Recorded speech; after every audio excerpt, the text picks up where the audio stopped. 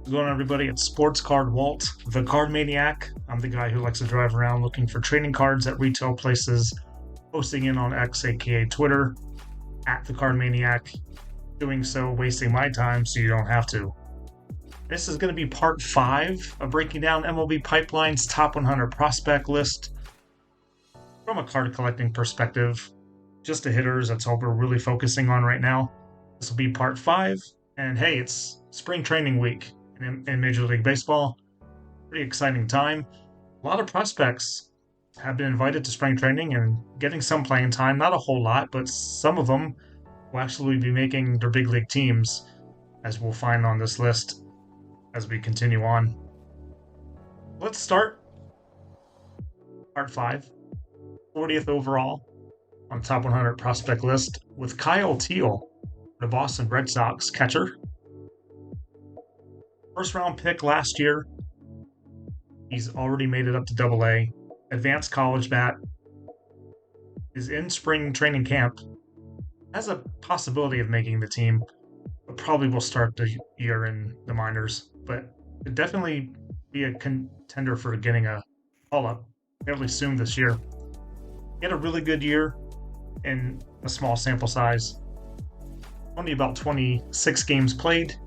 Again, he was a first rounder just last year, 21 years old, has already reached AA level, posted a 977 OPS in those 26 games, very good for a catcher, strikeout rate above average. He was not in Bowman draft, so it's looking like the possibility of him being in 2024 Bowman, which does not yet have a release date, probably somewhere around April. So hopefully his first year cards will be there, followed by his autographs. Hard to tell what his value is going to be. I'd assume it's going to be pretty high, considering his first round status, considering he got drafted by a big market team in Boston. I would rate Kyle Teel's prospectability as a definite yes, and look out again for his cards coming up shortly in 2024 Bowman. All right, 39th on MLB Pipeline's top 100 prospect list. Feels like he's been a prospect for a very long time. International free agent signing several years ago for the San Francisco Giants. It's Marco Luciano. Still just 22 years old. Didn't quite have a great year last year. Has some power. Not quite a lot of speed for a shortstop. Decent walk rate. Marco, again, international free agent signing several years ago. 22 years old. He's already reached Major League Baseball level. He got called up late last year. He played 292 games in the minors over the last several years. Decent OPS, 834. It's actually well above average OPS. His K rate is a little high for that many games played, 26.08%. You can find his rookie card already in the most recently released 2024 Top Series 1, and you can find his first year cards in 2019 Bowman. His first year autograph running about $85 at this time. I have Marco Luciano rated as a no for prospectability. Given the fact that he's already 22, I know that seems not so old by any stretch. For prospecting, it's getting to the point where he's past his prospect status, basically. He's already in the majors.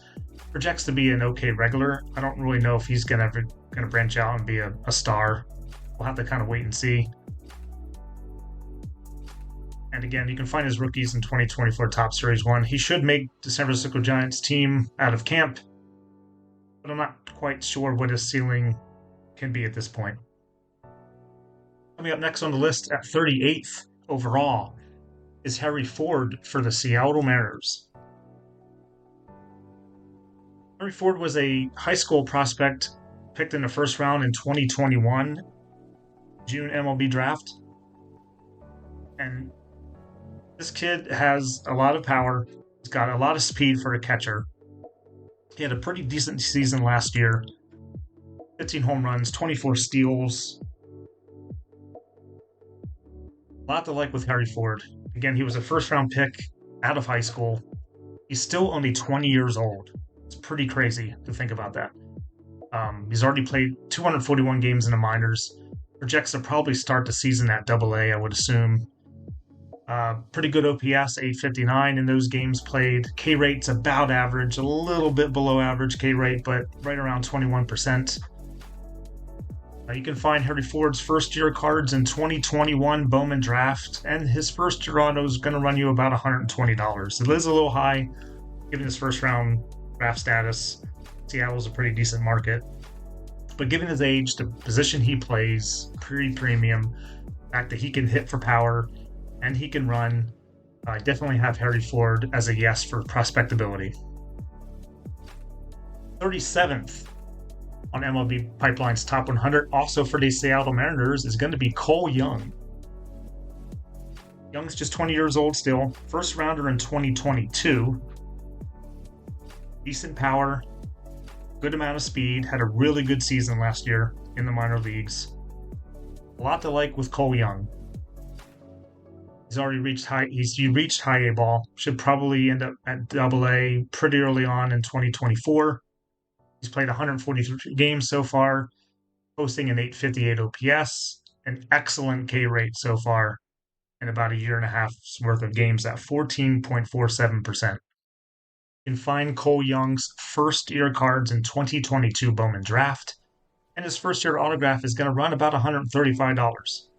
As you're seeing as we're going through these lists, the values for some of these guys' autographs are going to get substantially higher as we move on. There's been a couple high ones in the first four parts of the series, but as we move on, parts 5, 6, and 7, it's going to get pretty crazy. I have Cole Young as a yes for prospectability, just because of his position, his youth, Seattle as a team, as a big market team, and just what he's shown so far in the minors. 35th on MLB Pipeline's top 100 for the Milwaukee Brewers is going to be catcher Jefferson Cuero.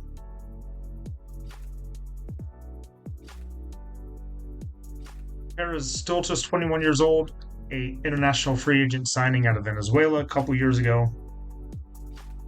Had a pretty decent season last year in the minors, 16 home runs, not a lot of speed, decent walk rate, 779 OPS. Jefferson's reached double-A ball so far in his minor league career. 208 games played with an OPS just under 800. Very, very good K rate, however, at 17.74%. And his first year autographs are going to be in 2021 Bowman Chrome with about a $25 price tag. I have him as a no for prospectability. However, I mean, that entry point at $25 isn't too bad. I don't know if Cuero excels at one particular thing really well from just like a hobby perspective. Not to say that Jefferson Cuero can't end up being a really good actual real player for the Milwaukee Brewers, maybe even as soon as this season or late this season. Coming in at 32nd on MLB Pipeline's top 100 is Heston Kjerstad for the Baltimore Orioles. Kjerstad is 25 years old. He's already reached Major League Baseball. He's in spring training camp with Baltimore. Had a pretty good year in the minors last year. He's getting up there in age where his prospect status is kind of waned, if not gone completely. Not to say that he's a very good player and could project to be a fringe starter in Major League Baseball, probably like a fourth outfielder for Baltimore, given just how stacked their team is. Played 187 games. He's battled some injuries. 887 OPS is, however, very good. His K rate is slightly above average. You can find Kjerstad's first year cards in 2020 Bowman Draft, and are pretty high, all things considering, at about $75. With his age already in 25, which has just happened recently, I have him as a no for prospectability. There's a lot of talent in Baltimore. It's going to be difficult for him to find regular playing time. Kind of have to wait and see.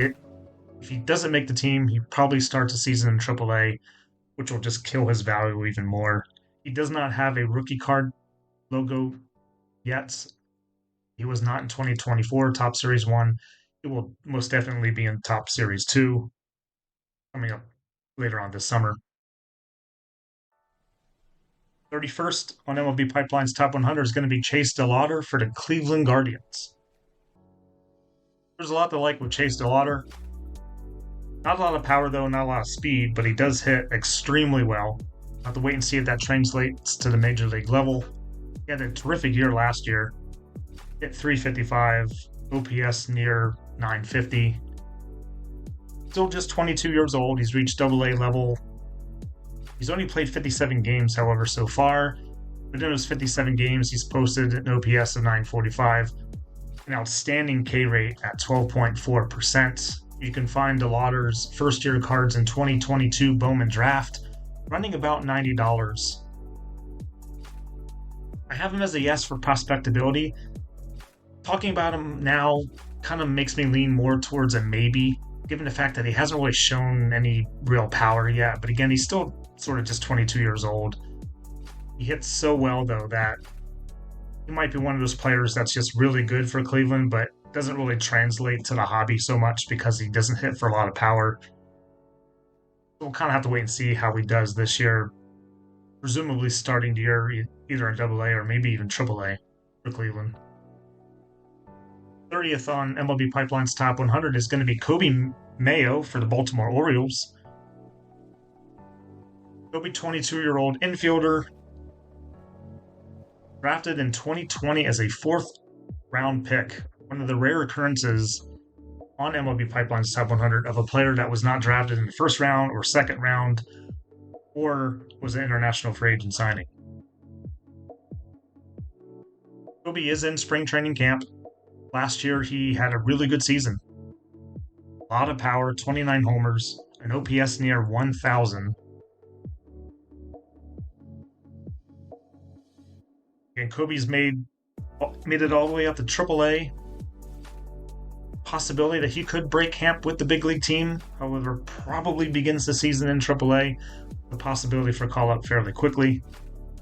For his minor league career, he's played 297 games, which is a lot on this list. OPS over 900. K rate, though, is a little high. A bit below average at 23.8%, so that's something to possibly keep an eye on. You can find Kobe's first-year cards in 2022 Bowman. His first-year auto is going to run about $100. He's a little old for a prospect at 22. Gonna have to wait and see where he ends up playing this year. I have him as a maybe, and I still, I'm talking about him, probably still do have him as a maybe as far as prospectability.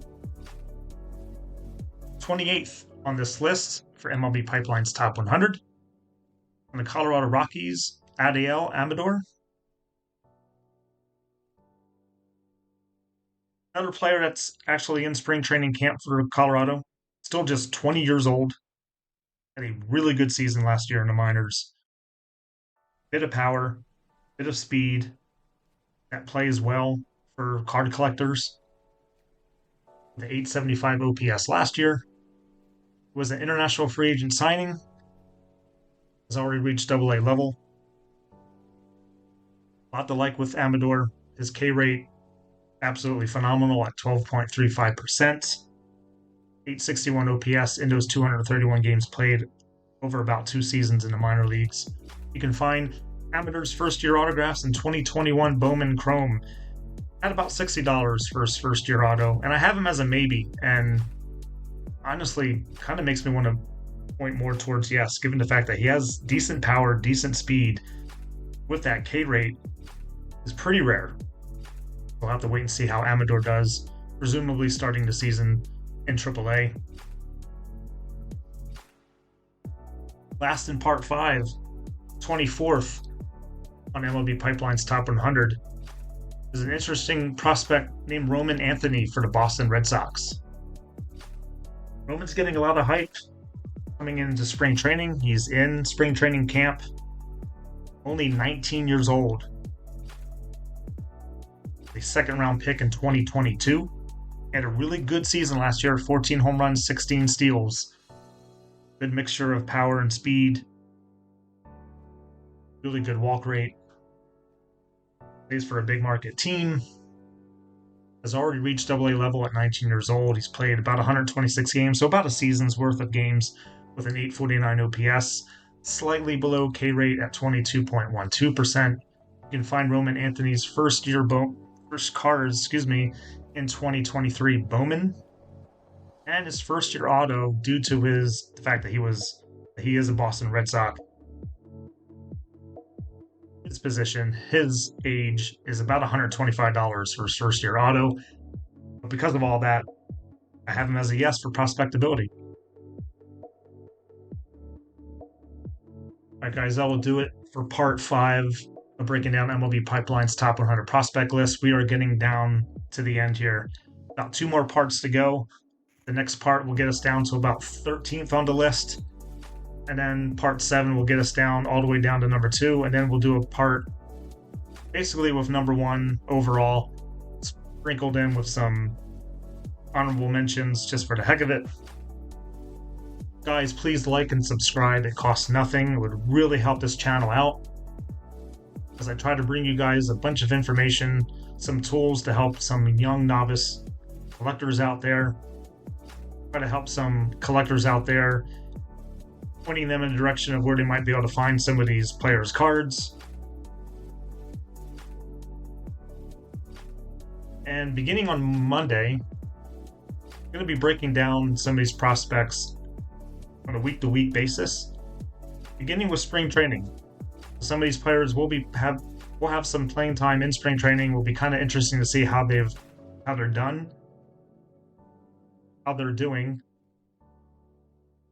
over the next month. So watch out for that, and we'll see you guys next time. What does the comedy act mean?